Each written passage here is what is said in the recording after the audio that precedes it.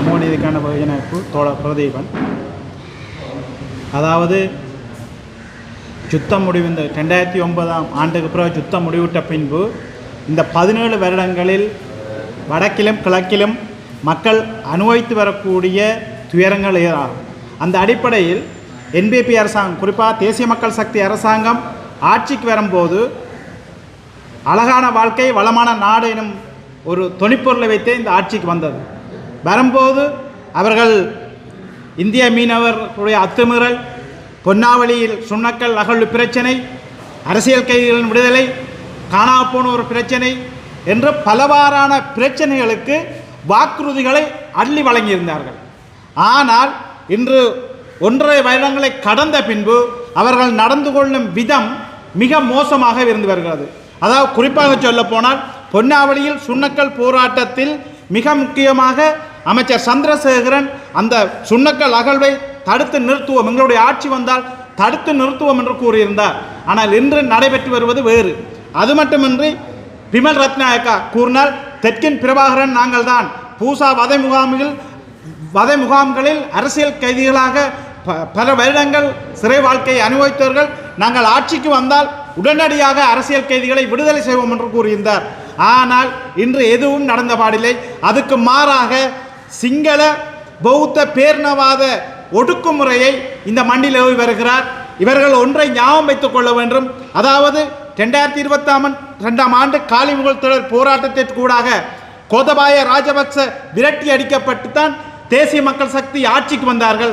அதே நிலவரம் இவர்களுக்கும் வெகு சீக்கிரம் நடந்து வரக்கூடிய வாய்ப்பு இருக்கிறது. ஆகவே மக்களுடைய பிரச்சனையில், மக்களுடைய கண்ணீரில் அரசியல் செய்ய வேண்டாம் என்பதை சமூக நீதிக்கான வெகுஜனப்பு வலியுறுத்துவதுடன் இந்த கேப்பாப்புலவு மக்களுடைய பிரச்சனை, பொன்னாவளி சுண்ணக்கல் காற்றாலை பிரச்சனை மற்றும் கிழக்கு மக்களுடன் முத்துநகர் விவசாய மக்களுடைய பிரச்சனை, இவற்றில் சமூக நீதிக்கான வெகுஜன அமைப்பு தன்னுடைய கரங்களை கோர்த்து ஆதரவை, நிபந்தனையற்ற ஆதரவை வழங்கும் என்பதை இவ்விடத்தில் கூறிக்கொள்கிறோம். நன்றி. வசந்தநாதன் ஜெகநாதன். நான் ஒரு ஆசிரியர். நான் வெளிவடக்கு சார்பாக, என்னுடைய இடம் பலாலி. ஆனால் நான் பேச போகிற விடயம், கதைக்கிற விஷயம் வெளிவடக்கு. வெளி சுமந்து 35 வருடங்கள் முடிந்து 36வது வருடத்தில் நாங்கள் போராடி கொண்டிருக்கிறோம். தையிட்டியில் போராடினோம், இப்போ மயிலிட்டியில் போராடி கொண்டிருக்கிறோம், பலாலியில் போராடுறோம். வசாவிழா எங்களுடைய போராட்டம் தொடர்ந்து கொண்டிருக்கிறது. 36 வருடங்கள் அகதிகளாக இந்த நாட்டில் வாழ்ந்து கொண்டிருக்கிறோம். உண்மையிலே இந்த வெளிவடக்கு என்பது 2 காரணங்களை இப்போ சொல்லி கொண்டிருக்கிறார்கள். எங்களுடைய உறுதிக்காணிகள் 2500 ஏக்கர் உறுதிக்காணிகள் இந்த வெளிவடக்கில் இராணுவத்தால் கையகப்படுத்தப்பட்டிருக்கிறது. இதில் 400 ஏக்கர் புறம்பாக அரச காணி இருக்கிறது. அதில் பிரதான இராணுவ முகாமும் விமானப்படைக்குரிய இதுவும் விமானத்தளமும் ஆசிரியர் கலாசாலையும் இருக்கிறது. ஒரு சித்தி விநாயகர் பாடசாலை இருக்கிறது. இது அரச காணியாக பிரதேச செயலகத்தால் குறிப்பிடப்பட்டிருக்கிறது. ஏனைய அனைத்துமே உறுதிக்காணிகள். இந்த உறுதிக்காணிகளில் இப்பொழுது அங்கு சிறிய ஒரு சில முகாம்களை வைத்து ஏராளமான ஏக்கரை கையகப்படுத்தி வைத்திருக்கிறார்கள். வைத்திருப்பது மட்டுமல்லாமல் சிவில் பாதுகாப்பு திணைக்களம் என்ற பெயரில் எங்களுடைய வீடுகளை, வழிபாட்டு தலங்களை இடித்து அழித்து அதற்கு மேலே விவசாயம் செய்து கொண்டிருக்கிறார்கள். இது எங்களுக்கு மிகுந்த வலியை தருகிறது. அது மட்டுமல்லாமல் இந்த விமான நிலைய விஸ்தரிப்பு என்ற ஒரு பொய்யை சொல்லிக்கொண்டு இந்த விமான நிலையத்தை விஸ்தரிப்புக்கான ஓடுபாதை 2400 மீட்டர் நீளமான ஓடுபாதை இருக்கிறது. இதில் 1300 மீட்டர் நீளமான ஓடுபாதையில் தான் இப்பொழுது விமானம் வந்து இறங்குகிறது. இது சர்வதேச விமான நிலையம் என்ற போர்வையில் இந்தியாவிலிருந்து இப்பொழுது ஒரு ஃப்ளைட் தான் ஓடுது. 2 ஓடினது, திருச்சியிலிருந்து ஓடினது, சென்னையில் இருந்து. இப்போ திருச்சியிலேருந்து வரையில் சென்னையிலேருந்து வருது. அந்த 80 பேர் ஏறக்கூடிய விமானத்தில் 25 பேர் அப்படி வந்தார்கள். இப்பொழுது ஒரு தடவை விமானம் லேண்ட் பண்ணுறதுக்கு 6 லட்சம் ரூபா கட்ட வேண்டும். இப்பொழுது சென்னையிலிருந்து மட்டும் ஒரு விமானம் ஓடுவோம். ஆகவே அது சர்வதேச விமான நிலையம் என்ற பேரில் அதை வச்சுக்கொண்டு அதை சுற்றி ஏராளமான இடங்களை கையகப்படுத்தி வச்சிருக்கிறார்கள். அதை தாங்கள் பிடிக்க வேண்டும் என்று பிரதி பாதுகாப்பு அமைச்சர் பாராளுமன்றத்தில் சொல்லியிருக்கிறார். இராணுவத்தினுடைய பாதுகாப்பு தேவைக்காக 1600 ஏக்கர் வேண்டும் என்றும் விமான நிலையத்துக்கு 700 ஏக்கர் வேண்டும் என்று சொல்லியிருக்கிறார். இதை வன்மையாக நாங்கள் கண்டிக்கிறோம். ஒருபோதும் எங்களுடைய உறுதிக்காணிகளை பிடிப்பதற்கு ஜனாதிபதி கூட பிடிக்க மாட்டோம். அவை இராணுவம் எழுந்தமானமாக இந்த தகவல்களை சொல்லிக் கொண்டிருக்கிறார்கள். ஆகவே இப்போ நாங்கள் பலாலி வீதிக்கு கிழக்கு பக்கம் பார்த்தோம்னு சொன்னால் ஜனாதிபதியாக வந்ததுக்கு பிறகு முதலாவது டிசிசி மீட்டிங்கில் ஜனாதிபதி உடனடியாக சொன்ன விஷயம் ரோட்டு கிழக்கு பகுதியை விட சொல்லியிருந்தார். இதுவரைக்கு அதில் 2 சிறிய முகாம்கள் இருக்கிறது. 350 ஏக்கருக்கு மேற்பட்ட காணிகள் இன்னும் அங்கு விடுவிக்கப்படாமல் இருக்கிறது. ஏற்கனவே ரணில் விக்ரமசிங்கே அவர்கள் இருந்தபோது 344 ஏக்கர் விட்ட பகுதிக்கு செல்வதற்கு பிரதான வீதிகள் கூட விடுவிக்கப்படவில்லை. அங்கே விடுவிக்கப்பட்ட பகுதியில் ஒரு இராணுவ முகாம் இருக்கிறது, லைட் இன்ஃபென்ட்ரி என்று சொல்லி. அதை விட பலாலி ராஜேஸ்வரி அம்மன் கோவில் 500 வருடங்களுக்கு மேற்பட்ட அந்த கோவிலுக்கு முன்னால் இருக்கிற கராச்சும் அங்கு விடுவிக்கப்படாமல் விட்ட பகுதியில் இருக்கிறது. அதே போல விமான நிலையத்துக்கு தெற்கு பகுதியில் வசாவளான், குறும்பசிட்டி, கட்டுவன் என்று சொல்லி ஏராளமான கிராமங்களை சேர்ந்த ஒரு 500-600 ஏக்கருக்கு மேற்பட்ட காணி அங்கே ஆகக்கூடிய ஒரே ஒரு ஆட்லரை தளம் மட்டும் இருக்கிறது. அந்த வசாவளான் இப்போ இராணுவம் கட்டுகின்ற அந்த ஹாஸ்பிட்டலுக்கு முன்னுக்கு அந்த ஆட்லரை தளத்தை தவிர அந்த வசாவளான் சந்தையிலிருந்து தெல்லிப்பளை வைத்தியசாலைக்கு செல்லுகின்ற பிரதான வீதி விடுவிக்கப்படவில்லை. அந்த வீதிக்கு தெற்கு பகுதி அங்கு விடுவிக்கப்படாமல் அந்த இப்போது விடுவிப்பதற்காக இராணுவ முகாம்கள் அகற்றப்பட்ட பகுதியில் சிவில் பாதுகாப்பு திணைக்களத்துடைய இராணுவ பண்ணை அன்று இப்பொழுது பலகையாலை அடித்து அங்கே அவர்கள் அதை விடுவதற்கு வீடு விட்டாச்சு, இராணுவம் எடுத்தாச்சு. சிவில் பாதுகாப்பு திணைக்களம் இன்றைக்கு எங்களுடைய வாழ்க்கையில் நாங்கள் வாழ ஆசைப்படுகிறோம். நாங்கள் ஒன்றுமே கேட்கல. எங்களோட இடத்துல போய் நாங்கள் இன்றைக்கு வறுமையோடு வாழுறோம். எங்களுக்கு தொழில் இல்லை, இருக்க இடம் இல்லை. நாங்கள் இதை கேட்குறோம். இதே போல் பார்த்தா மயிலட்டியில் போராடி கொண்டு இருக்கிறோம். இந்த மயிலட்டியில் கொமாண்டோ பங்களா அது 150க்கு மேற்பட்ட குடும்பங்களை சேர்ந்த காணியை அடாத்தாக பிடிச்சு அங்கே கொமாண்டோ பங்களா அமைக்கப்பட்டிருக்கிறது. அங்கே இருக்கிற அந்த பங்களா உண்மையில் இராணுவ தளபதிகள் இந்த ஜனாதிபதி கூட அவ்வளவான சொகுசான வாழ்க்கை வாழல. நாங்கள் ஏற்றுக்கொள்கிறோம். அவ்வளவு சொகுசாக வாழ்கிறார். அவருக்கு சப்பாத்தை கலட்டி அவருக்கு காலை துடைச்சி அவருக்கு சப்பாத்து போடும் அளவுக்கு அவர்கள் மிக சொகுசாக வாழ்கிறார்களே தவிர ஆராய்ச்சிக்காக இல்லை. அவர்கள் ஆத்தலாக வாழ்கிறதுக்கு அவர்கள் ஆசைப்படுகிறார்கள். எங்களுடைய வீடுகளை காணிகளை இடித்து இதை நாங்கள் ஏற்றுக்கொள்ள முடியாது. அதே போல் இந்த மயிலட்டியிலே கலைமகள் பாடசாலையாக இருக்கலாம், பல ஏக்கர் காணிகள் இன்னும் ஒரு சில இராணுவ முகாம்களை சாட்டாக வைத்துக்கொண்டு இவர்கள் வைத்திருக்கிறார்கள். இதுதான் உண்மையான விஷயம். ஆகவே நாங்கள் கேட்கிற விஷயம் என்னென்றால் இராணுவ தளங்களை நீங்கள் படிப்படியாக அகற்றுங்கள். நீங்கள் எங்களுக்கு சொல்லுகிறது படிப்படியாக விடுவோம் என்று. நாங்கள் இப்பொழுது நேரே கேட்கிறோம், நீங்கள் இராணுவ தளங்களை படிப்படியாக அகற்றுங்கள். முதல் எங்களுடைய காணிகளில் எங்களை இருக்க விடும். இராணுவ தளங்கள் இருக்கட்டும், எங்களுடைய இடங்களில் உறுதி காணிகளை நீங்கள் இருக்க விடுங்கள். நாங்கள் படிப்படியாக நீங்கள் இராணுவ தளங்களை அகற்றிக்கொள்ளுங்கள். சிறிய சிறிய முகாம்கள் இருக்கிறது. இதே போல பிரதானமான பிரச்சனை பலாலி இராணுவ வைத்தியசாலை என்று சொல்லி இந்த வசாவளான் பாடசாலைக்கு அருகில் அடாத்தாக 7 பேருடைய காணியில் ஒரு வைத்தியசாலையை பார்ப்பார் என்று கட்டப்படுகிறது. முதலிருந்த அரசாங்கத்தில் கட்டப்பட்ட அந்த வைத்தியசாலை இப்பொழுது நிறைவு பெறுகின்ற ஒரு தருவாய்க்கு வந்திருக்கிறது. 29 ஏக்கரை விடமாட்டம் என்று பிரதி பாதுகாப்பு அமைச்சு சொல்கிறேன். ஏற்க முடியாது. நாங்கள் இப்போ ஒன்று சொல்லுகிறோம், சரி வைத்தியசாலை பிரச்சனையை சட்ட ரீதியாக பார்த்து கொள்வோம். நீங்கள் அதற்கு முதல் இந்த வைத்தியசாலைக்கு தெற்கால இருக்கிற மானம்பராய பிள்ளையார், அதை சுற்றி 7 வன்னியர் கோயில் என்று சொல்லி 7 கோயில்கள் கொண்ட பகுதி, அதில் எந்த இராணுவ தளமும் இல்லாமல் இந்த வைத்தியசாலையை சாட்டா வைத்து 29 ஏக்கருக்கு மேற்பட்ட காணி விடுவிக்கக்கூடிய காணி எம்மோடி என்று சொல்லி பாதுகாப்பு அமைச்சால விடுவிக்க கிளியர் பண்ணப்பட்ட பகுதி விடுவிக்காம வச்சிருக்கிறார். அதே போல் பலாலி வீதிக்கு கிழக்கு பகுதி விவசாயம் செய்வதற்காக அந்த பகுதி எப்போ விடுவதற்காக கதைக்கப்பட்ட விஷயம் ஜனாதிபதி உட்பட. ஆகவே இந்த இராணுவ தளத்தில் பிரதான பலாலி இராணுவ தளமும் அதுக்கு பக்கத்தில் இருக்க விமான தளமும் இந்த பலாலி சித்திவிநாயகர் பாடசாலை, பலாலி ஆசிரியர் கலாசாலை உட்பட்ட அந்த 400 ஏக்கர் உண்மையில் போதுமானது இவர்களுடைய பாதுகாப்பை உறுதிப்படுத்துவது. ஆனால் இப்பொழுது தென்பகுதியில் என்ன சொல்லுகிறார்கள், இராணுவத்தினுடைய தேவைக்காக இவர்கள் ஏன் காணி கொடுக்க மாட்டேன் என்று இந்த வலிவடக்கு மக்கள் சொல்லுகிறார்கள் என்று சொல்லி தென்பகுதி மக்கள் குழப்பமாக இருக்கிறார்கள். நாங்கள் அவரிடம் அன்பாக கேட்டுக்கொள்கிறோம், இந்த நாட்டில் நாங்கள் சம உரிமையோடு எங்களுடைய உறுதிக்காணிகளிலே வாழுவதற்கும் விவசாயம் செய்வதற்கும் எங்களுடைய மக்கள் இந்த மயிலெட்டி பகுதிகளில் தையெட்டி பகுதிகளில் நிரந்தரமாக குடியேறி கடற்தொழில் செய்கிறதுக்கும் நாங்கள் ஆசைப்படுகிறோம். இதைத்தான் நாங்கள் ஆசைப்படுகிறோமே தவிர நாங்கள் இந்த அரசாங்கத்துக்கோ யாருக்கோ விரோதமாக நாங்கள் இந்த போராட்டங்களை செய்யவில்லை. இதுதான் உண்மையான நிலைமையை நாங்கள் சொல்லியிருக்கிறோம். அதை விட 2010ஆம் ஆண்டுக்கு பிறகு காணிக்க மாதா ஆலயம், செபஸ்தியார் ஆலயம், அதே போல் வரசித்தி விநாயகர் மயிலட்டியில் இருக்கிற ஆலயம், ஒரு விநாயகர் ஆலயம், அதே போல் தகனாரோடு ஒன்று பலாலி ரோட்டு கிழக்கால இருக்கிற மேற்கால இருக்கிற ஆலயம் உட்பட 21 ஆலயங்கள் யுத்தத்துக்கு பிறகு இடித்தளிக்கப்பட்டு அந்த இடங்களில் விவசாயம் இராணுவ பண்ணைகள் அமைக்கப்பட்டு கொண்டு வருகிறோம். இதை நாங்கள் மிக வேதனையோடு பார்க்குறோம். அதோட 5 பாடசாலைகள் இடித்தளிக்கப்பட்டிருக்கிறது. ஏனைய எங்களுடைய வீடுகளை இடித்து அத்திவாரங்களை கிளறி கொண்டே கடற்கரையில் கொட்டி இன்றைக்கு இவர்கள் சிவில் பாதுகாப்பு திணைக்களம் என்ற பேரில் அங்கு மிக சொகுசாக வாழ்ந்து கொண்டிருக்கிறார்கள். அவர்கள் பாதுகாப்புக்காக இந்த இடங்களை வைத்திருக்கவில்லை. இவர்கள் தாங்கள் சொகுசாக வாழுவதற்காகவே இந்த காணிகளை வைத்துக் கொள்ளுகிறார்கள். நாங்கள் ஜனாதிபதியிடம் கேட்டுக்கொள்ளுகிறோம், இந்த வலிவடக்கு மக்கள் தாங்கள் உங்களுக்குத்தான் அதிகளவான பேர் விரும்பி வாக்களித்தவர்கள், உங்களை நம்பினவர்கள், இந்த மக்களுடைய காணி மக்களுக்குத்தான் என்று சொன்ன அந்த ஜனாதிபதியை நம்பித்தான் இந்த மக்கள் வாக்களித்திருந்தவர்கள்.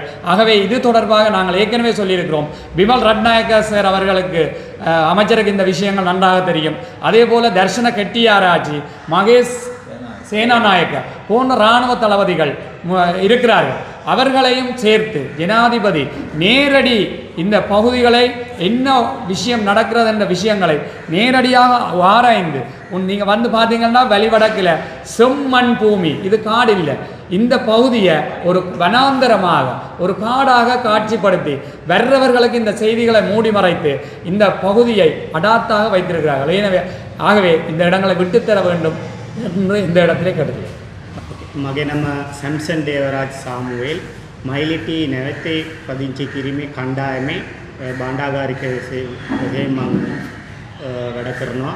මම ඉල්ලන්නේ මෙතන එකම එක රික්වෙස්ට් එකක්, දකුණේ ඉන්න සිංහල ජනතාවටත් සිංහල කතා කරන්න පුළුවන් වෙන ලංකාවේ කොහේ හිටියත් ඔයගොල්ලන්ට අපි දෙන එකම එක පණිවිඩයක්, අපි මෙහි උද්ඝෝෂණ කරන්නේ දෙමළ රටක් අපිට ඕන කියලා නෙමෙයි, ආය ප්‍රභාකරන් ඕන කියලා නෙමෙයි අපි මෙතන උද්ඝෝෂණ කරන්නේ. අපි ඉල්ලන්නේ අපේ අම්මා තාත්තලාගේ අපේ වටපිටාවේ හිටපු අනිත් නෑදෑය කට්ටියගේ ඩීට් අපි ගාව තියෙනවා. ඔප්පු තියෙන ඉඩම් තමයි අපි ඕගොල්ලන්ගෙන් ඉල්ලන්නේ. අපි ඔප්පු නැතුව නෙමෙයි ඕගොල්ලන්ගේ ඉල්ලන්නේ. ඔය කට්ටිය නැගිටලා යන්න ඕගොල්ලන් අපිට ඕනේ නැහැ කියලා අපි එහෙම නෙමෙයි අපි ඕගොල්ලන්ගෙන් ඉල්ලන්නේ. අපි ගාව අපි උද්ඝෝෂණ කරන්න හේතු අපේ ඉඩම්, අපි ගොවිතැන් කරපු ඉඩම්, අපේ මාමලා සීයලා තාත්තලා ගොවිතැන් කරපු ඉඩම්, අපි වගා කරපු ඉඩම්, අපි මාළු අල්ලපු තැන්, අපි ජීවත් වෙච්ච අපේ වටපිටාවල්, අපේ කෝවිලවල්, අපේ පාසලවල් අපි ඉල්ලන්නේ. ඒවා දැන් ඕගොල්ලන් නිකන් ඔහේ සමතලාවල් කරලා ඕගොල්ලන් ඒක උඩින් ගොවිතැන් කරනවා. ඒක ඕගොල්ලන්ගේ යූස් එකට විතරයි. ඒක ඕගොල්ලන්ට බජට් වලින් වෙනම ආමි කට්ටියට බජට් එකකින් වෙනම සල්ලි එකතු කරලා ඕගොල්ලන්ට දෙනවා. හැබැයි ඒක මදි කියලා ඕගොල්ලන් අපි කරන්න ඕන වැඩ ටික ඕගොල්ලන් කරනවා. ඒක අරන් ඕගොල්ලන් පොඩි ලාභයට ඕගොල්ලන් එළියට ගිහිල්ලා ඒක විකුණනවා. එතකොට ඒක ගන්නවත් අපිට සල්ලි ඕන. අපි කොහොමද වැඩ කරන්නේ නැතුව, අපි ගොවිතැන් කරන්නේ නැතුව කොහොමද අපි මේ බඩු ගන්න පුළුවන්? අපිට සල්ලි කොහෙන්ද? අපිට වැඩ කරන්න පුළුවන් වුණොත් තමයි අපි මේ බඩු ගන්න උනත් අපිට සල්ලි එකතු කරන්න පුළුවන්. අපි අහන්නේ අපේ ඔප්පු තියෙන තැන් අපිට කරුණා කරලා අපිට දෙන්න. අපි ඒක විතරයි අපි ඕගොල්ලන්ගෙන් ඉල්ලන්නේ. මේ ගැන ජනාධිපතිතුමා ඔයාගේ යටතේ කමිටියක් දාන්න, ඒ වටපිටාවල් දන්න තව කට්ටිය එකතු කරන්න, ඔයා ඇවිල්ලා මේක විස්තර ගන්න, ඇත්ත විස්තර අරන් අපි ඉල්ලන්නේම අපේ ජනතාව ජීවත් වෙච්ච අපේ පරණ ගම්මාල්, අපේ පල්ලිවල්, අපේ කෝවිලවල්, අපේ පාසලවල්, අපේ හිටපු අපේ ගෙවල් දොරවල් තමයි අපි ඉල්ලන්නේ. කරුණා කරලා ඒක අපිට ලැබෙන්න ඕගොල්ලන් හැකි ඉක්මනින් සලස්සන්න කියලා අපි මෙතන ඉල්ලා සිටිනවා. நான் சாமுவேல் மயிலிட்டி மீள்குடியேற்ற குழுவின் பொருளாளராக நான் இந்த இடத்துல நான் நிற்கிறேன். நாங்கள் கேட்குறது வந்து கொழும்பு பிரதேசத்திலே இருக்கிறதான மற்ற சிங்கள இடங்களில் இருக்கிறதான சிங்கள மக்களிடத்திலே நாங்கள் கேட்கிறோம். நாங்கள் இந்த இடத்திலே போராடும் பொழுது நீங்கள் நினைக்காதீர்கள் நாங்கள் ஒரு தனி நாட்டை கேட்கிறோம், இல்லாவிட்டால் மறுபடியும் பிரபாகரன் வர வேண்டும் என்று நாங்கள் இந்த இடத்திலே போராடுறோம் என்று இல்லை. நாங்கள் அதற்காக போராடவில்லை. நாங்கள் போராடுறது ஒரே ஒரு காரணம், எங்களுடைய சொந்த காணிகள், அதாவது எங்களிடத்திலே எங்களுடைய காணி உறுதிகள் இருக்கின்றது. நாங்கள் வேணுமென்றால் உங்களுக்கு காட்டலாம். எங்களுடைய சொந்த காணிகள், எங்களுடைய சொந்த பாடசாலைகள், எங்களுடைய கோவில்கள், எங்களுடைய மதஸ்தலங்கள், நாங்கள் விவசாயம் செய்த எங்களுடைய பூமிகள், அதைத்தான் நாங்கள் உங்களிடத்திலே கேட்கிறோம். நீங்கள் வெறுமனே உயர் பாதுகாப்பு வலயம் என்ற போர்வையில் நீங்கள் அதை வைத்துக்கொண்டு நீங்கள் சுகபோகமாக வாழுகிறீர்கள். ஒரு 150 பேர் வாழக்கூடிய அந்த ஒரு இடத்தை நீங்கள் வெறுமனே ஒரு பங்களாவை கட்டிவிட்டு அங்கே மேஜர் வரும்பொழுது ஒரே ஒரு இரவு அவர் தங்குகிறார். அந்த ஒரு இரவுக்காக அந்த இடத்துல ஒரு பங்களா இருக்கிறது. அந்த பங்களா இடிக்கப்பட்டால் அந்த இடத்துல 150 குடும்பங்கள் வாழும். இப்பொழுது அந்த 150 குடும்பங்கள் இலங்கையில் பறந்து வாழுகிறார்கள். அவ்வளவு பேரும் அந்த இடத்துல வந்து வாழ வேண்டும். அதைத்தான் நாங்கள் கேட்கிறோம். நாங்கள் யாரிடத்திலும் அடாத்தாக எங்கள் மற்ற காணிகளை நாங்கள் கேட்கவில்லை. எங்களிடத்திலே காணி உறுதிகள் இருக்கிறது. அந்த காணிகளை தான் நாங்கள் கேட்கிறோம். ஜனாதிபதி அவர்களே, நீங்கள் ஒரு குழுவை நியமியுங்கள். அதற்கு ஆட்களை சேர்த்து நீங்கள் வந்து சுற்றி முற்றி பாருங்கள் என்ன நடக்கிறது, எது நாங்கள் சொல்வது உண்மையா, இல்லாவிட்டால் உங்களுக்கு கருத்து சொல்லுகிறவர்கள் சொல்லுகிற காரியம் உண்மையா என்று நீங்கள் அதை ஆராய்ந்து பார்த்து எங்களுக்கு எங்களுடைய காணிகளை நீங்கள் வெகு சீக்கிரத்தில் பெற்று தருவீர்கள் என்று நாங்கள் நம்பிக்கொண்டு இருக்கின்றோம். நான் வீரசிங்கம், சம உரிமை இயக்கத்தின் ஒரு உறுப்பினர்.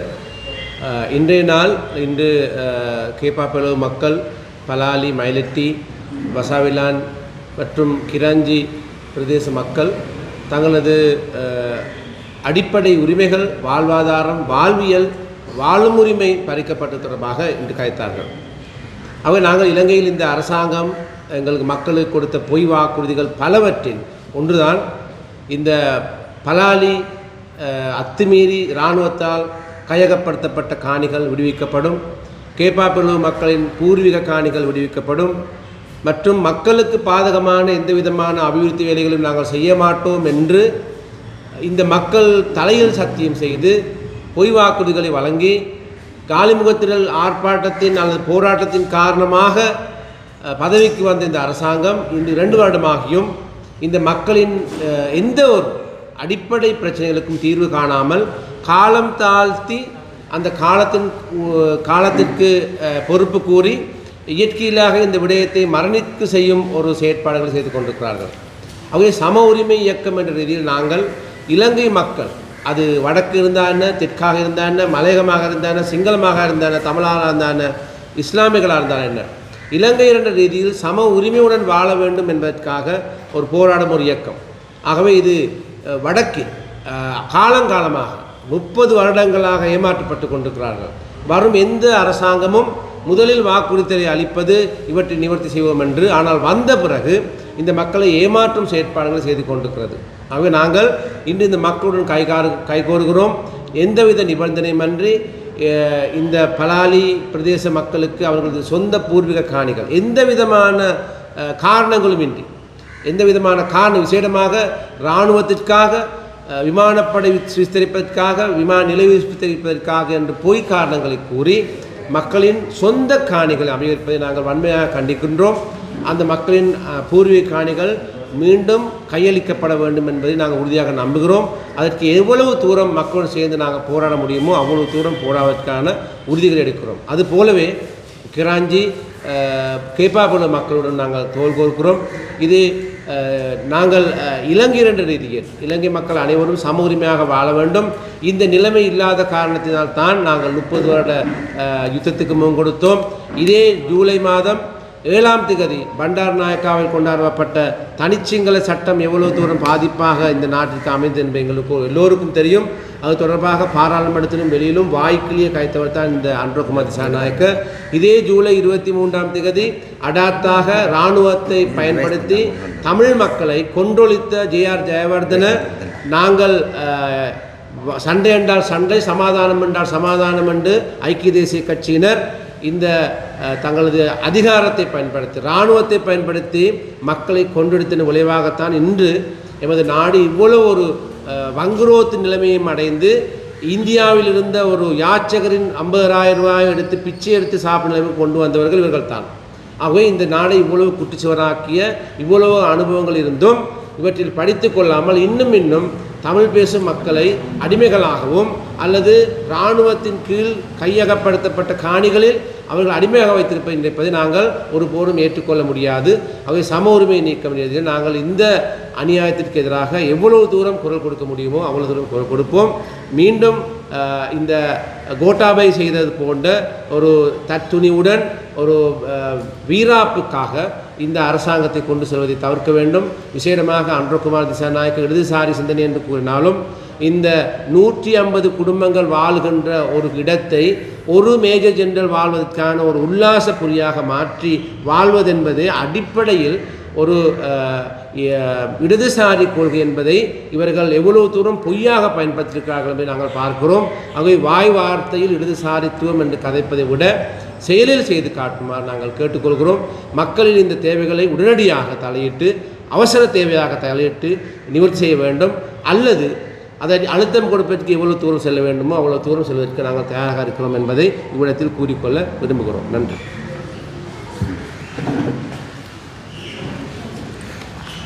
அனைவருக்கும் இந்நேர வணக்கம். என்னுடைய பெயர் செல்வி சிவபிரகாசம் அரியகலா. கேப்பாவுலவு பூர்வீக வாழ்விடம் இராணுவ கையகப்படுத்தலை இட்டு இன்று 17 வருடங்களாக அந்த எங்களுடைய காணியை மீட்பதற்கு அயராது உழைத்து வருகின்றேன். அந்த வகையிலே இன்று சம உரிமை இயக்கத்தினூடாக வடக்கு மாகாணத்திலே காணி அபகரிப்பு, காற்றாலை, மின்னியக்க சக்தி போன்ற மக்களுக்கு பாதகமான செயல்பாடுகளை முன்னிட்டு இந்த கட்சி இயக்கத்தினாலே ஒழுங்கமைக்கப்பட்ட இந்த ஒன்று கூடலே நாங்கள் ஒன்று கூடியிருக்கின்றோம். அந்த ஒன்று கூடலின் பயனாக சகல மக்களினுடைய பாதிப்பு நிலைகளை அறிந்து உணர்ந்த நாம் எங்களுடைய தாற்பயமான நிலை அரசாங்கத்துக்கு இன்னும் எட்டவில்லை என்ற நோக்கத்தின் வெளிப்பாடாக அந்த பாதிக்கப்பட்ட மக்களின் வழிநடத்தல் பிரதிநிதிகளை ஜனாதிபதியிடம் சந்திக்கவோ அல்லது நாங்கள் எங்களுக்கு அந்த அந்த மீள்நிலையிலிருந்து மீள்வதற்கான செயல்பாடுகள் செய்வதற்கென்று ஒரு குழு அமைக்கப்பட்டிருக்கின்றது. உண்மையிலே அது எங்களுக்கு எதிர்காலத்திலே எல்லோருக்கும் வடக்கு மாகாண மக்களுக்கு ஒரு பெரும் விமோசனமாக அமைய வேண்டும் என்று இந்த வேளையிலே வேண்டிக் கொண்டு எங்களுடைய பூர்வீக வாழ்விடமானது நாங்கள் இடம்பெயர்ந்த பின்பு 2009ஆம் ஆண்டு இலங்கை இராணுவத்தினராலே அபகரிக்கப்பட்ட செய்தி நாங்கள் 2010ஆம் ஆண்டு இடத்தங்கள் நிவாரண கிராமத்தில் இருக்கும்போதே அறிந்தோம். அந்த அன்று தொடக்கம் இன்று வரையும் எங்களுடைய காணி எமக்கு வேணும், மாற்றுக்காணி வேண்டாம் என்ற குரலோடு எங்களுடைய உணர்வுபூர்வமான வெளிப்பாடுகளை முன்வைத்து வந்தோம். ஆனால் எங்களுக்கு இதுவரையும் எந்த முழுமையான சாதகமான பதில் கிடைக்கவில்லை. எங்களுடைய விருப்பம் இல்லாமல் எங்களை பலாத்காரமாக ஏற்றி வந்து ஜெனிவா நடனத்தின் நிமித்தம் ஏற்றி வந்து எங்களுடைய சொந்த மண்ணிலே எங்களை குடியமர்த்துவதாக கூறி எந்தவித வாழ்வாதாரமற்ற காணியிலே மக்கள் விருப்பமின்றி அவர்களுடைய விருப்பு வெறுப்புகளை ஏற்றுக்கொள்ளாத நிலையிலே அங்கே குடியேற்றப்பட்ட நாங்கள் இருந்தும் நாங்கள் 4 குக்கிராம மக்கள், அதாவது பலதரப்பட்ட கலாச்சார பழக்க வழக்க விழுமியங்களை கொண்ட மக்களை ஒன்றாக கூடியமர்த்தப்பட்ட அந்த நிலையிலே பிள்ளைகளுடைய கல்வி, எங்களுடைய வறுமை, கலாச்சாரம், பழக்க வழக்க சீர்கேடுகள் மேலோங்கி நிற்கும் வேளையிலே நாங்கள் நாளாந்தம் எங்களுடைய மகஜர் மூலமோ ஆர்ப்பாட்டங்கள் மூலமோ நீதி கேட்ட நாம் 3 வருடங்கள் தாய்க்குலம், அதாவது ஒரு பிள்ளையினுடைய தாற்பயமான நிலையை கண்டு முதல் குமுறி எழுவது தாய்மனம்தான். அதே போன்று அவ்வளவு தாய்க்குலமும் நாட்சந்தியிலே 3 வருடங்களை தொடர் போராட்டமாக செய்து 4வது வருடம் நாங்கள் கால்பதித்த வேளையிலே நாட்டு நிலைமையில் ஏற்பட்ட கொரோனா தொற்று காரணமாக எங்களுடைய போராட்டம் நிறுத்தப்பட்டும் நாங்கள் வரும் ஜனாதிபதிகள், ஆளுநர், சம்பந்தப்பட்ட அதிகாரிகள் அவ்வளோ பேருக்கு நாங்கள் மகஜர்கள் மூலம் எங்களுடைய பூர்வீக வாழ்விடத்தை இடைவிடாது கேட்டுக்கொண்டிருந்தோம். ஆனால் எங்களுக்கு முழுமையான சாதகமான பதில் இன்னும் எங்களுக்கு கிடைக்கவில்லை. எங்களுடைய வரலாற்றிலே, எங்களுடைய இந்த பூர்வீக வரலாற்றிலே எங்களுக்கு பின்னாலே எவ்வளவோ தாற்பயமான பின்னணிகள் இருக்கின்றன. எங்களுடைய பிள்ளைகளுடைய எங்கள் கல்வி கற்க வேண்டிய பிள்ளைகள் சீர்திருத்த பள்ளியிலும் பிள்ளைகளை சுமந்தபடியும், சிறு வயதிலேயே பிள்ளைகளை சுமந்தபடியும் எங்களுடைய பிரதேச மக்கள் அந்த மாதிரி கிராமத்தில் இருக்கிற மக்கள் கசிப்பை ஒரு சுயதொழிலாக கொண்ட நிலையும், ஏனென்று சொன்னால் நாங்கள் அவைகளை தடுக்க முடியாத நிலை என்னென்னு சொன்னாங்க. வேறு எந்த வருமானமும் இல்லை. எந்த வருமானமும் இல்லாத இடத்திலே மக்களை குடியமர்த்தி வாழ்வாதாரம் மிக்க வாழ்விடத்தை இராணுவம் அபகரித்திருக்கின்றது. அந்த வகையிலே பெரும் துன்பங்களை சுமந்த நாங்கள் கடைசியாக எங்களுடைய தற்போதைய ஜனாதிபதி வந்தபோது அவர் மக்களுக்காக, மக்கள் நீதிக்காக, ஊழலற்ற அரசுக்காக உழைப்பதாக கூறிய பறைசாற்றி வந்திருந்தார். உண்மையிலே எங்களுடைய வாழ்விடம் இனியாவது கிடைக்கும் என்ற ஒரு நம்பிக்கை எங்களிடம் இருந்தது. அந்த வகையிலே நாங்கள் அவரை நம்பி அவர் எங்களுடைய மாவட்டத்துக்கு வருகை தந்தபோது நாங்கள் இரு தடவை அவரிடம் மகஜர் கையை அளித்திருந்தோம். பிரதமர்கிட்டையும் கொடுத்திருந்தோம். அவர்களுடைய என்பிபி நிறுவன பிரதிநிதிகளிடையும் கொடுத்திருந்தோம். ஆனால் எங்களுக்கு இதுவரையும் அதுக்கான சாதகமான பதில் கிடைக்கல. அதுக்கு மேலாக முல்லை மண்ணிலே மக்களுடைய காணி மக்களுக்கு என்ற பறைசாற்றலும் எங்களுடைய ஜனாதிபதி அவர்களால் முன்வைக்கப்பட்டது.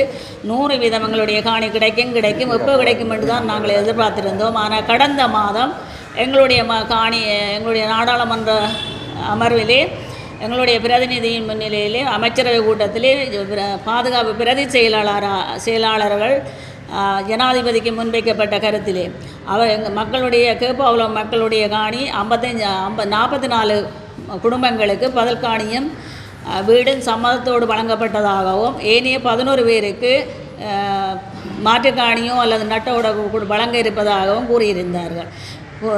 அவர்கள் முன்வைத்த கருத்தை எங்களுடைய நாடாளுமன்ற உறுப்பினர் தூனா ரவிகரன் சார் அவர்கள் அவர்கள் இன்னும் எங்களோடு இந்த போராட்ட வரலாறிலே கலந்து கொண்டதும் அமைவாக அவர் அங்கே அடுத்து சொல்லியிருக்கின்றார். எங்களுடைய மக்கள் இன்னும் இவ்வாறு இதெல்லாம் போய் அவைகள் மனப்பூர்வமாக ஏற்றுக்கொள்ளவில்லை. அவர்கள் தொடர்ந்து போராடி கொண்டிருக்கிறார்கள். மக்களுடைய காணி கையளிக்கப்பட வேண்டும். இது உண்மை சம்பவம்.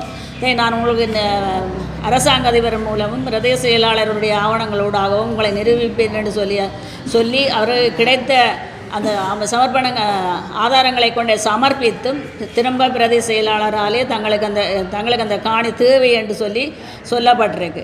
ஆனால் முல்லைத்தீவு மாவட்டத்திலே முல்லைத்தீவிலேயே யுத்த காலத்துக்கு முன்பு ஒரு இராணுவ செயலகம் இருந்தது. அதுதான் உண்மையில் முல்லைத்தீவு மாவட்டத்துக்குரியது. அதுதான் தலைமைச் செயலகம். ஆனால் அந்த ஒரு தேசிய பாதுகாப்புக்காக தலைமைச் செயலகத்தை கொண்டு வைப்பதாக இருந்தால் அவர்கள் தங்களுக்குரிய காணியிலே அந்த தலைமை செயலகத்தை செய்திருக்க வேண்டும். ஆனால் மக்களுடைய வாழ்விடத்திலே பூர்வீக மக்களுடைய வாழ்விடத்திலே அந்த காணிகளை அவர் வாழ்வாதாரமிக்க வாழ்விடத்திலே அந்த மக்களை அகதிகளாக்கிவிட்டு தாங்கள் அதில் குடிகொள்ள இணைப்பது உண்மையிலே ஒரு வேதனைக்குரிய விடயம். அதிலே அதற்கு மேலாக எங்களுக்கு வாழ்விடத்துக்கு அருகாமையிலே மிகவும் அரச காணிகள் இருக்கின்றது. நாங்கள் போராட்ட வரலாற்றிலே இருந்து சொல்லிக் கொண்டிருக்கிறோம். நாங்கள் இராணுவத்துக்கோ ஒரு அரசுக்கோ எதிரானவர்கள் இல்லை. எங்களோட வாழ்விடத்தில் இருக்கிற மக்களை இராணுவத்தை உங்களுடைய அரச காணியிலே நகர்த்தி கொண்டு எங்களுடைய வாழ்விடத்தை காணியை தரச்சொல்லி அவர்கள் அதுக்கு எந்த பதிலும் இல்லை. இன்றும் அதை மறுத்து கொண்டே இருக்கிறார்கள். நாங்கள் இந்த உண்மைக்கு புறம்பான செய்தியை வெளியிட்டதுக்கு அமைவாக நாங்கள் எங்களுடைய நிலைப்பாடு கௌரவ ஆளுநருக்கு தெரியும். நாங்கள் எவ்வாறு ஏற்றி வரப்பட்டோம் என்று எப்படி சொல்லியிருந்தோம், என்ன செய்தோம், நாங்கள் என்ன பதிலில்லை, எங்களுக்கு காணிகளை கையளிக்கப்பட்டது என்பதை கௌரவ ஆளுநர் அவர்களுக்கு தெரியும். இந்த உண்மை வெளிப்பாடை வெளிக்கொண்டு வரணும் என்றதுக்காக அவருக்கு கோரிக்கை வைத்து நாங்கள் கடந்த 24ஆம் தேதி 6ஆம் மாதம் தொடர் 2ஆம் கட்ட போராட்டத்தை ஆரம்பித்திருக்கின்றோம். இதிலே நாங்கள் சொல்ல மாறது என்னென்னு சொன்னால் எங்களுடைய பூர்வீக காணி விடும் வரை நாங்கள் இந்த போராட்டத்தை கைவிட மாட்டோம். ஆனால் எங்களுடைய ஒரு தொகுதி காணி கையளிக்கப்பட்டு இன்று 8 வருடங்கள் பூர்த்தியாகின்றன. இந்த 6 மாத ஒப்பந்தத்திலே இந்த மீள்குடியேற்ற அமைச்சர் சுவாமிநாதன் ஐயா 6 மாத ஒப்பந்தத்திலே அந்த எங்களுடைய ஒரு தொகுதி காணி விட்டு 6ஆம் மாதம் மற்ற காணி விடுவதாக சொல்லி இன்றைய 8 வருடங்கள் பூர்த்தியாக நிலையிலே மக்கள் காணி மக்களுக்கு என்று சொன்ன அரசினாலே இப்படி ஒரு 17 வருடங்களுக்கு பிறகு இந்த தீர்ப்பு எங்களுக்கு வந்திருக்கு என்று சொன்னால் அது எங்களால் ஏற்றுக்கொள்ள இல்லாத ஒன்று. அதை நாங்கள் முற்றாக வருகின்றோம். உண்மை ஒன்று இருக்கிறது. எங்கட காணி எங்களுக்கு வேணும். நாங்கள் துண்டு துண்டாகவோ பாதியாகவோ பகுதியாகவோ இனி ஏற்கிறதுக்கு தயார் நிலை இல்லையேன்னு சொன்னால் நாங்கள் எங்களுடைய வாழ்க்கை, எங்களுடைய பிள்ளைகளுடைய வாழ்க்கை, எங்களுடைய சந்ததியுடைய வாழ்க்கை, எங்களுடைய காலமெல்லாம் போராட்ட வாழ்க்கையிலே போய்கொண்டிருக்கிறதாலே எங்களுடைய இறுதி சமர் இது முள்ளிவாய்க்காலை போல் இறுதி சமர் இது. எங்களுடைய காணி முழுமையாக முதல் கட்டமாக நாங்கள் 59.5 ஏக்கர் காணி எங்களுடைய மக்களுடைய வாழ்விட காணி, 100 ஏக்கர் காணி பெருந்தோட்ட காணி, 11 ஏக்கர் காணி மக்கள் தோட்டம் செய்த காணி, இது மொத்தமாக 171 ஏக்கர் காணி இராணுவ கையப்படுத்தல் தற்போது இருக்கின்றது. முதல் கட்டமாக எங்களுடைய 59.5 ஏக்கர் காணி 55 குடும்பத்துக்கான காணி முழுமையாக விட வேண்டும். ஏனென்று சொன்னால் இன்றைக்கு 8 வருஷத்துக்கு அவையால் நகர்த்தல் செயல்பாடு செய்திருக்கணும். இனியும் நாங்கள் ரோட்டில் இருக்க அவைகள் நகர்த்தல் செயல்பாடு செய்யவோ அல்லது அவைகள் தார பகுதியான காணிகளை ஏற்கவோ நாங்கள் தயாரில்லை என்பதை கூறி விடைபெறுகிறேன். நன்றி. அனைவருக்கும் இந்நேர வணக்கம். நான் கிளிநொச்சி மாவட்டத்தில் பூநகரி பிரதேச செயலாளர் பிரிவில் கிராஞ்சி பொன்னாவளி கிராம சேவையாளர் பிரிவுகளின் ஒன்றுபட்ட மக்கள் அமைப்பினுடைய செயலாளர். என்னுடைய பெயர் சங்கரப்பிள்ளை ஆனந்த நடராஜன். இன்றைய தினம் நாங்கள் இங்கே வருகை தந்திருக்கிறது எங்களுடைய பிரதேசத்திலே சமகாலத்திலே தேசிய வேலை திட்டம் என்ற வகையிலே காற்றாலை திட்டம், கனிய மணல் அகழ்வு திட்டம் மற்றும் சுண்ணக்கல் அகழ்வு திட்டம் போன்ற திட்டங்கள் அபிவிருத்தி என்ற பெயரிலே எங்களுடைய பிரதேசங்களிலே நடைமுறைப்படுத்துவதற்கு உத்தேசிக்கப்பட்டிருக்கிறது. எங்களுடைய கிராமங்கள், மீள்குடியமர்வு பிரதேசங்கள், இந்த பிரதேசத்திலே இருக்கின்ற மக்கள் ஏற்கனவே இடம்பெயர்ந்து பல்வேறுபட்ட பிரச்சனைகளுக்கு மத்தியிலே மீள குடியமர்ந்து தங்களுடைய இயல்பு வாழ்க்கையை நோக்கி சென்று கொண்டிருக்கிறார்கள். அபிவிருத்தியின் பேரிலே ஏற்கனவே கல்வி, சுகாதாரம், போக்குவரத்து போன்ற இன்னொரு என்ன பிரச்சனைகளை அவர்கள் முகம் கொடுத்து கொண்டு தான் வாழ்ந்து கொண்டிருக்கிறார்கள். அந்த நேரத்தில் இந்த காற்றாலை திட்டத்துக்காக நில சுவீகரிப்புகள் அதற்காக உத்தேசிக்கப்பட்டிருக்கிறது. இதற்காக மீள்சக்தி அமைச்சு உடையவர்கள் இங்கே வருகை தந்து இந்த இடங்களை பார்வையிட்டிருக்கிறார்கள். அதே போல் கனிய மணல் அகழ்வுக்காக சுரங்க ஆய்வு பணியகத்தினுடைய அனுமதியின் பேரிலே இங்கே ஆய்வுகள் மேற்கொள்ளப்பட்டிருக்கிறது. அதே போல் சுண்ணக்கல் அகழ்வுக்காக சீமந்து நிறுவனம் ஒன்று அங்கே பொன்னாவளி கிராம சேவையாளர் பிரிவிலே நிலை கொண்டிருக்கிறது. இதெல்லாம் எங்களுடைய இயல்பு வாழ்க்கைக்கு அச்சுறுத்தலாக அமைகிறது. எனவே இது போன்ற அச்சுறுத்தல்களை இயல்பு வாழ்க்கை வாழ்கின்ற எங்கள் மீது அரசாங்கம் நடத்தாமல் இந்த மக்களுக்கு பயன்பாடற்ற இடங்களை இதற்கு பயன்படுத்த வேண்டுமே ஒழிய மக்களுடைய விளைநிலங்கள், தென்னந்தோப்புகள், குடியிருப்பு இடங்களிலே இந்த இடங்களை அமுல்படுத்துவார்களாக இருந்தால் அவர்களுடைய இயல்புக்கு அது பெரிய ஒரு சோதனையாக அமைந்துவிடும். ஆன வகையில் மக்கள் பாதுகாப்பாக இருப்பதற்கு அரசாங்கமும் ஆட்சியாளர்களும் மக்கள் பிரதிநிதிகளும் ஒத்துழைக்க வேண்டும் என்று இந்த சந்தர்ப்பத்திலே கேட்டுக்கொள்கிறேன். சாதாரணமாக ஒரு காற்றாலைக்காக குறைந்தது 7 ஏக்கர் காணி தேவைப்படுகிறது. அதனால் பலருடைய காணிகள் இங்கே அபகரிக்கப்படுகின்ற சந்தர்ப்பங்கள் இருக்கிறது. அதை போல கடற்கரை பிரதேசமான எமது கிராமத்திலே ஒரு காற்றாலை அமைப்பதற்கு 25 மீட்டர் விட்டம் கொண்ட 40 மீட்டர் ஆழமான குழியை தோண்டி அதிலே குறைந்தது 2500 5000 பேக்கெட் சீமந்தை கொட்டித்தான் அதற்குரிய அடித்தளத்தை இட இருக்கிறார். இவ்வாறாக கிட்டத்தட்ட 34 காற்றாலைகள் அமைக்கப்படும் போது 1,70,000 பேக்கெட் சீமந்து இந்த பிரதேசத்திலே புதைக்கப்பட இருக்கிறது. இதெல்லாம் அங்கே இருக்கின்ற அந்த நன்னீர் நிலைகள், குடிதண்ணீர் போன்றவற்றை பெரிய அளவிலே மாசடைய செய்ய இருக்கிறது. இதனால் அங்கே இருக்கிற மக்களின் வாழ்வாதாரம், அவர்கள் அங்கே தொடர்ந்து வாழ்வதற்கான ஏது நிலைகள் அச்சுறுத்தப்படுவதாகவே எங்களுள்ள மக்கள் பயப்படுகிறார்கள். இதற்காக ஏற்கனவே நாங்கள் ஆர்ப்பாட்டங்களை செய்து ஜனாதிபதிக்கு பல 100 கையொப்பங்களுடன் கடிதங்களை அனுப்பியிருந்தோம். இருந்த போதிலும் இன்று வரை எமக்கு உரிய பதில் கிடைக்கவில்லை என்பது ஏமாற்றமாக இருக்கிறது. முன்பு ஒரு காலங்களிலெல்லாம் ஆட்சியாளர்கள், அதிகாரிகளுக்கு நாங்கள் ஒரு கடிதத்தை அனுப்பினால் அந்த கடிதம் கிடைக்க பெற்றதென்றாவது உடனே எங்களுக்கு ஒரு பதில் ஒன்று கிடைக்கும். கடந்த 2ஆம் மாதம் 3ஆம் தேதியிலிருந்து பல்வேறுபட்ட உள்ளூர் அமைப்புகள், அதாவது கிட்டத்தட்ட ஒரு 16 அமைப்புக்கு மேலே ஜனாதிபதி, ஆளுநர்,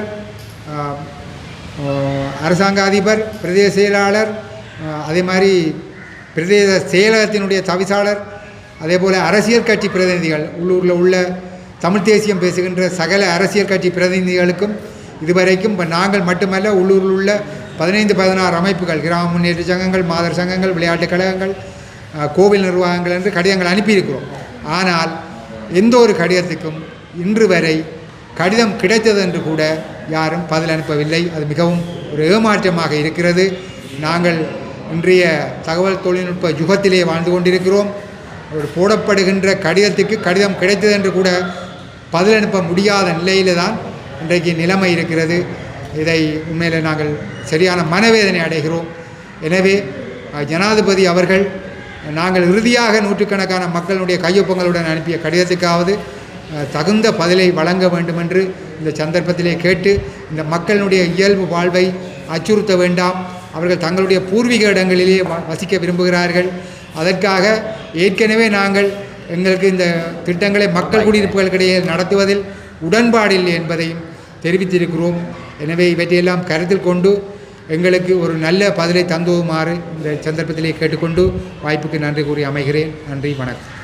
මම සමාජීය ව්‍යාපාරික හඳුන්කරු ඉන්ද්‍රානන්ද සිල්වා අද මාත් සමග මේ මාධ්‍ය හමුවට විශේෂයෙන්ම දැන් පලාලි කේපාපුලව් මයිලෙට්ටි කිරාංජි ආදී ගම්වල දැන් නැවතත් අර ඒ අයගෙන් පැහැරගත්තු ඉඩම්වල අයිතිය ඉල්ලලා උද්ඝෝෂණ ආරම්භ වෙලා තියෙනවා.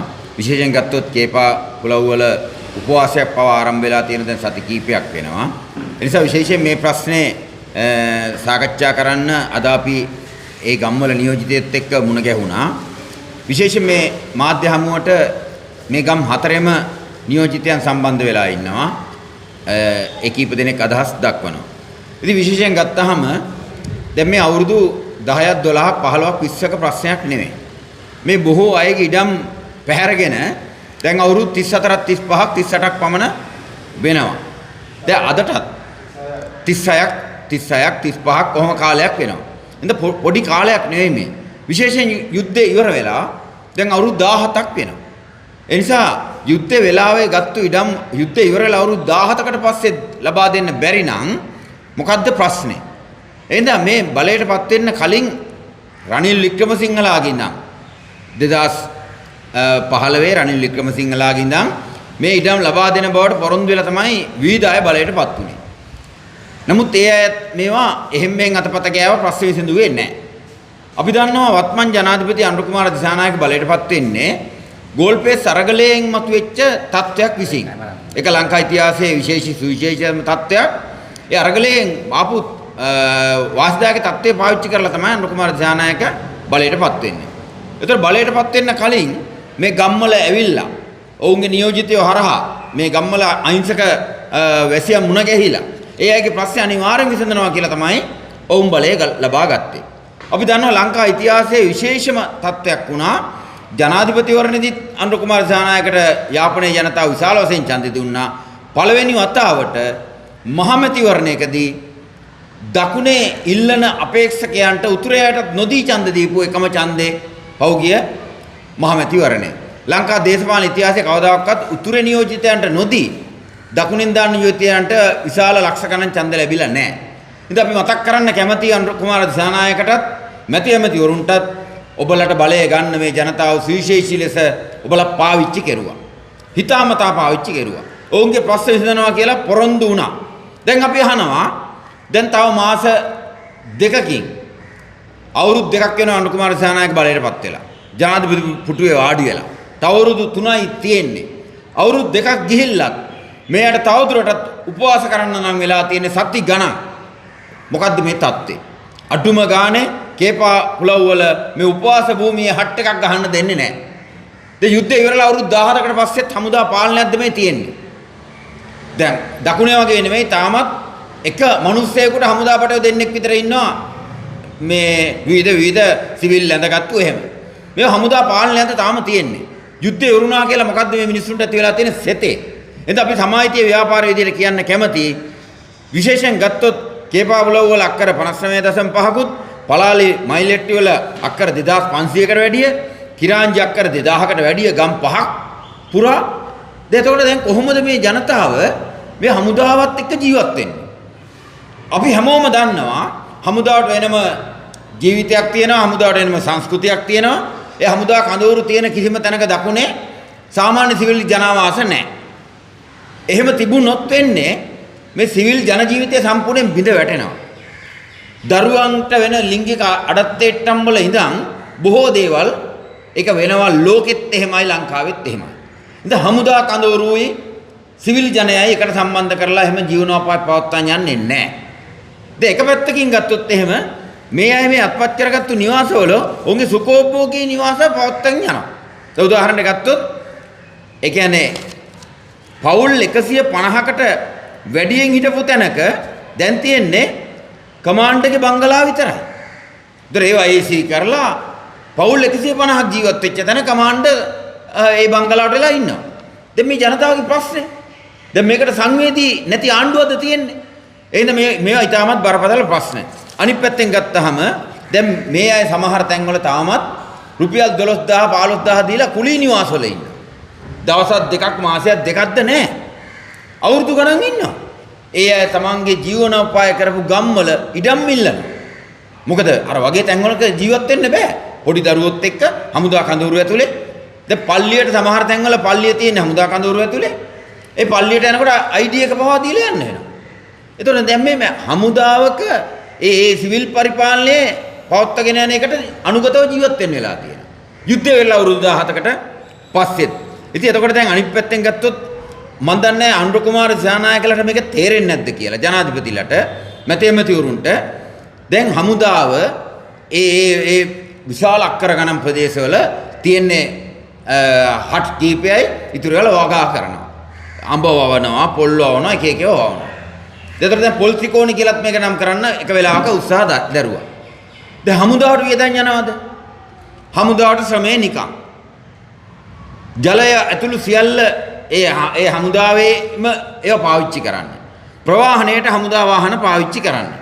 දැන් ඒගොල්ලන්ට කිසිම වියදමක් යන්නේ නැහැ. ග්‍රාම ආරක්ෂක බටයින් පවා ඒ කටයුතු වල නිරත වෙනවා. සියල්ල නිරත වෙන්නේ එහෙම. දැන් ඒගොල්ලෝ වෙළඳ පොළට දාන ඒ කුෂි නිෂ්පාදනත් එක්ක මේ ගම්වල මිනිස්සුන්ට මොකද්ද වෙන්නේ? අපි දන්නවා යාපනයේ කිව්වම අපිට මතක් වෙන්නේ 70 දශකෙත් ලූණු වල ඉඳන් හරිද? මිදි වල ඉඳන් මේ යාපනයේ වෙනම අනන්‍යතාවයක් තිබුණා. තක්කාලි ආණ්ඩියා ලිං වලින් වතුර ඇදලා දකුණේ මිනිස්සු කතා කරනවා මේ උතුරේ මිනිස්සු පුදුමාකාර කුෂි කර්මාන්තේ පුදුම දක්ෂයි කියලා.